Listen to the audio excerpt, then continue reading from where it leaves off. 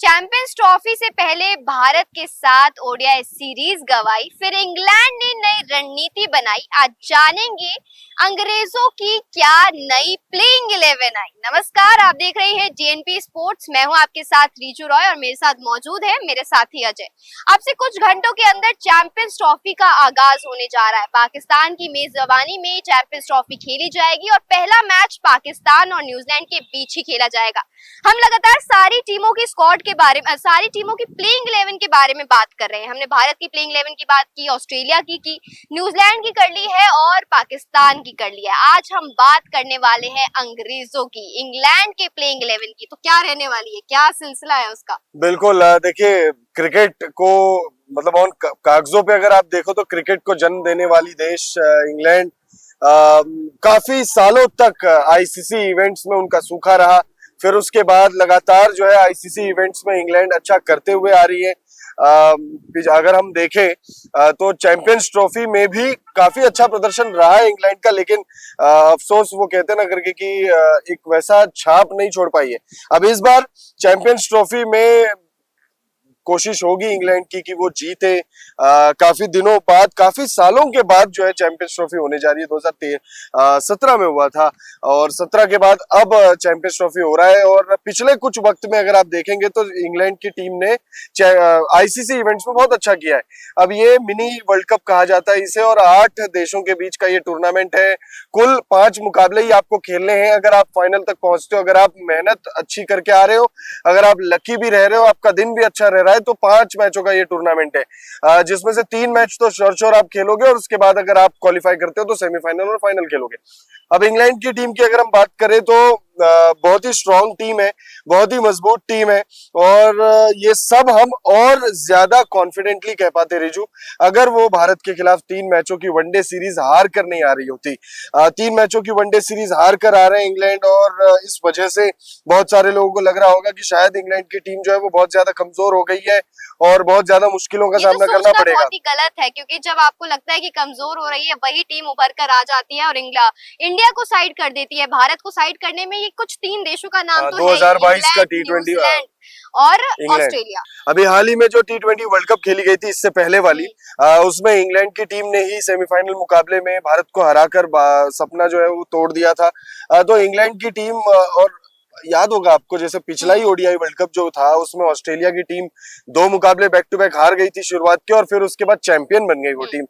तो कुछ कहा नहीं जा सकता कि आप वर्ल्ड कप से पहले कैसा प्रदर्शन कर रहे हो, आईसीसी इवेंट से पहले कैसा प्रदर्शन कर रहे हो, और फिर उसके बाद पूरे टूर्नामेंट में कैसा कर रहे हो। तो अब सब चीजों को साइड रखते हुए सबसे पहले स्क्वाड पर नजर डालते हैं और फिर उसके बाद हम बात करेंगे इंग्लैंड की प्लेइंग 11 क्या आ रही है, क्या नई रणनीति है, क्या नई प्लेइंग 11 है। आप सबसे पहले स्क्वाड बताइए कि इंग्लैंड के स्क्वाड में, चैंपियंस ट्रॉफी के स्क्वाड में कौन कौन से खिलाड़ी है। बिल्कुल, हम बात करेंगे चैंपियंस ट्रॉफी में इंग्लैंड की स्क्वाड में कौन कौन शामिल है। तो उसमें हमें नजर आने वाले हैं जॉस बटलर जो कप्तानी करेंगे, Jofra Archer, Gus Atkinson, Tom Banton, Harry Brook, Brydon Carse, Ben Duckett, Jamie Overton, Jamie Smith, Liam Livingstone, Adil Rashid, Joe Root, Saqib Mahmood, Phil Salt और मार्क पुट। यहाँ से आपको पता चल चुका है कि स्क्वाड तो बहुत मजबूत नजर आ रही है। इसमें से कौन से वो 11 प्लेयर हैं जो हमें चैंपियंस ट्रॉफी में डराने वाले हैं। हालांकि ग्रुप स्टेज में भारत बिल्कुल इंग्लैंड से बिल्कुल दूर ही रहने वाला है, भिड़ने नहीं वाला, लेकिन ग्रुप स्टेज के बाद सेमीफाइनल में भिड़ सकता है, फाइनल में भिड़ सकता है, कुछ भी हो सकता है। इस वक्त कुछ नहीं कहा जा सकता। जब स्टार्ट होगी चैंपियंस ट्रॉफी तब देखा जाएगा कि क्या रहने वाला है। ग्रुप स्टेज में तो भारत नहीं भिड़ने वाला, लेकिन सेमीफाइनल में भिड़ सकता है। तो अब हम बात करेंगे प्लेइंग 11 क्या रहने वाली है। तो मैं स्टार्ट कर दूं प्लेइंग 11? बिल्कुल, आप प्लेइंग 11 की शुरुआत करिए और फिर उसके बाद एक एक करके तमाम नाम लेते हैं। एक आध नाम आप लीजिए, उसके बाद बाकी नामों पे चर्चा और करेंगे फिर उसके बाद, और आप अंत तक बने रहिएगा। आपको वो 3 रिप्लेसमेंट खिलाड़ी भी बताएंगे जो प्लेइंग 11 में, जो हम फिलहाल अब प्लेइंग 11 आपको बता रहे हैं, उस प्लेइंग 11 में भी कुछ बदलाव हो सकते हैं। तो वो लास्ट में हम डिस्कस करेंगे कि वो कौन से एक आध खिलाड़ी हैं जो प्लेइंग 11 में बड़े नामों को रिप्लेस कर सकते हैं।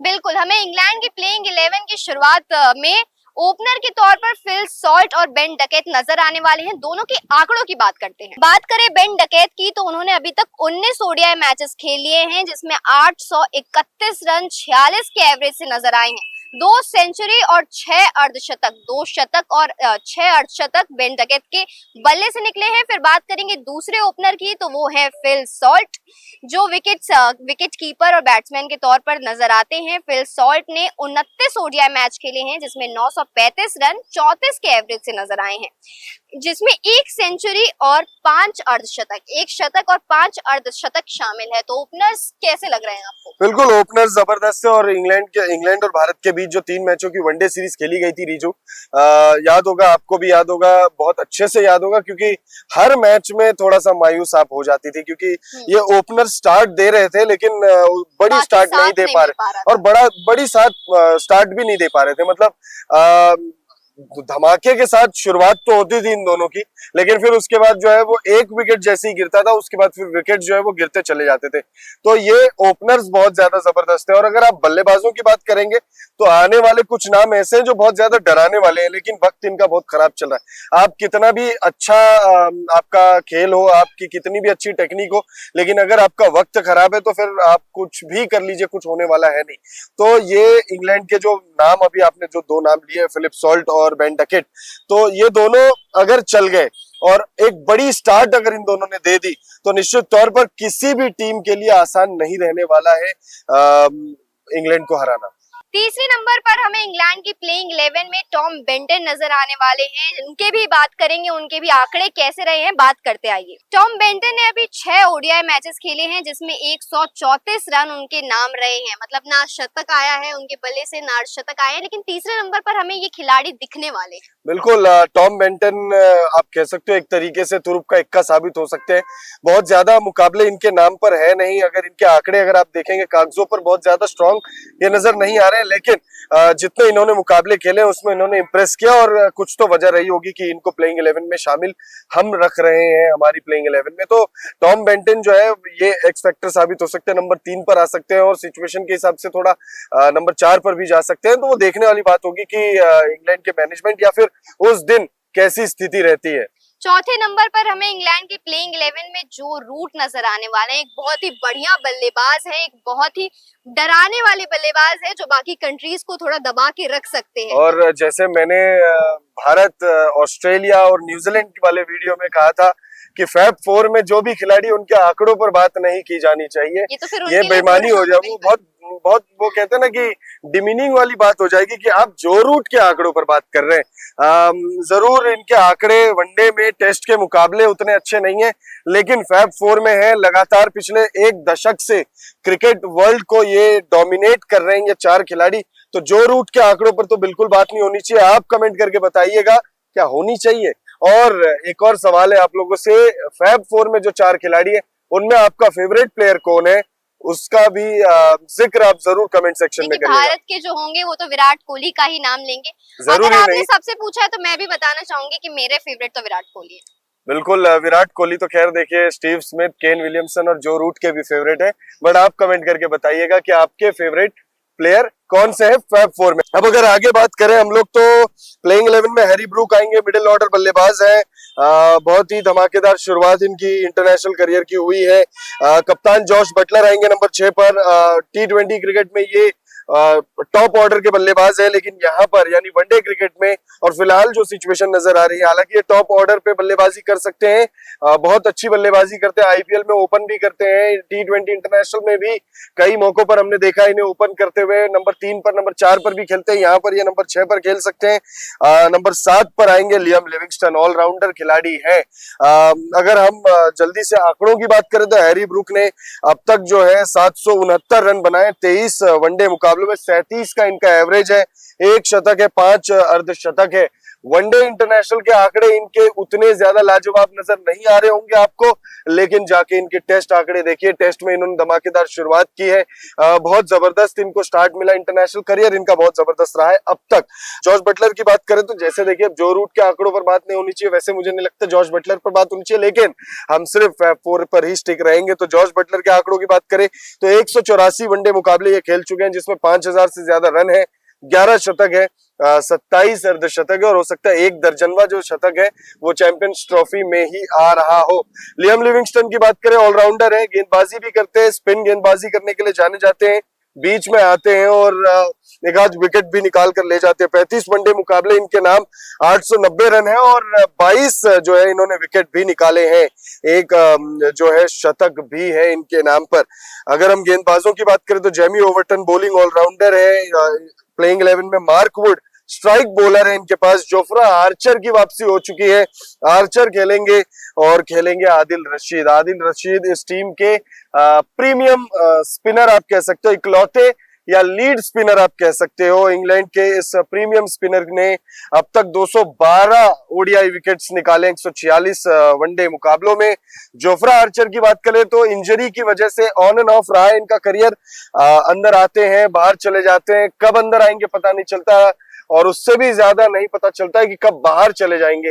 हो सकता है चैंपियंस ट्रॉफी के दौरान इनको चोट लग जाए, हो सकता है कुछ हो जाए। इनकी इंजरी बहुत ज्यादा कंसर्निंग रही है इंग्लैंड के लिए। 28 वनडे मुकाबले इन्होंने खेले अब तक, जिसमें 48 विकेट है इनके नाम। 77 वनडे विकेट्स मार्क वुड के नाम है 67 ओडीआई मैचों में। और जेमी ओवर्टन की बात करें जो बॉलिंग ऑलराउंडर है, उन्होंने अब तक खेले हैं सिर्फ 3 वनडे मुकाबले, लेकिन बहुत ज्यादा जो है प्रॉमिसिंग इनका करियर दिख रहा है। अब बात कर लेते हैं रिजू की, जो वीडियो की शुरुआत में मैंने कहा था कि कौन से वो खिलाड़ी हैं जो रिप्लेस कर सकते हैं प्लेइंग 11 में। तो देखिए शाकिब महमूद जो है वो जेमी ओवर्टन को रिप्लेस कर सकते हैं अगर इंग्लैंड को ऐसा लगता है कि उनको एक रिवर्स स्विंग कराने वाला जो है मतलब गेंदबाज चाहिए टीम में। गस एटकिंसन रिप्लेस कर सकते हैं। अगर वुड या आर्चर में से कोई इंजर्ड हो जाए या कुछ होता है ना कि आप पूरे टूर्नामेंट के लिए भले बाहर ना हो, लेकिन कभी आपको स्ट्रेन हो जाए, बैक में दिक्कत आ जाए, स्पैज्म की दिक्कत आ जाए। में तो ये बहुत चल भी रहा है, बहुत लोग चोटिल हो गए जिसके कारण, बहुत खिलाड़ी चोटिल हो गए जिसके कारण चैंपियंस ट्रॉफी थोड़ी अधूरी सी तो हो गई है। चाहे वो ऑस्ट्रेलिया की बात हो, चाहे वो इंडिया की बात हो, सब जगह यही चल रहा है इस वक्त। बिल्कुल, तो गस एटकिंसन आ सकते हैं। और एक जो चेंज है वो ये है कि ये चूंकि मुकाबले जो है वो पाकिस्तान में खेले जाएंगे, इंग्लैंड अपने तीनों मुकाबले पाकिस्तान में खेलेगी। अगर नॉकआउट मैचेस में यानी सेमीफाइनल और फाइनल मुकाबले में अगर भारत से भिड़ंत होती है तो दुबई में खेले जाने हैं। तो सारे मैचेस जो है स्पिन फ्रेंडली पिचेस पर खेले जाने वाले हैं। तो ऐसे में हो सकता है कि जो 3 हमने पेस बॉलर्स के नाम लिए हैं, उन 3 में से कोई एक पेस बॉलर को बिठाकर एक एक्स्ट्रा स्पिनर के साथ प्लेइंग 11 में इंग्लैंड की टीम बाहर उतर सकती है। तो ये हमारी बात हो चुकी है इंग्लैंड की प्लेइंग 11 की। एक भाई एक नाम ढंग से बता देते हैं। बिल्कुल, तो इंग्लैंड के पॉसिबल प्लेइंग 11 जो स्ट्रॉन्गेस्ट प्लेइंग 11 नजर आ रही है उसमें आपको दिखेंगे बेन डकेट और Philip Salt, Tom Banton, Joe Root, Harry Brook, George Buttler, Liam Livingstone, Jamie Overton, Mark Wood, Jofra Archer, Adil Rashid. तो ये थी हमारी इंग्लैंड की संभावित प्लेइंग 11। आपको ये प्लेइंग 11 कैसी रही हमें कमेंट बॉक्स में जरूर बताएं। एक बार और मैं बता दूं, 19 फरवरी से चैंपियंस ट्रॉफी का आगाज होने जा रहा है, कुछ ही घंटे बचे हैं। इंग्लैंड हमें ग्रुप स्टेज में नजर नहीं आने वाली है, लेकिन अगर वो सेमीफाइनल, और भारत भी सेमीफाइनल में पहुंचती है, फाइनल में पहुंचते हैं, तो इंग्लैंड से भिड़ंत हो सकती है। ग्रुप स्टेज में इंग्लैंड का अभी कोई काम नहीं है भारत के साथ। तो इस वक्त के लिए सिर्फ इतना ही। देखते रहिए DNP स्पोर्ट्स।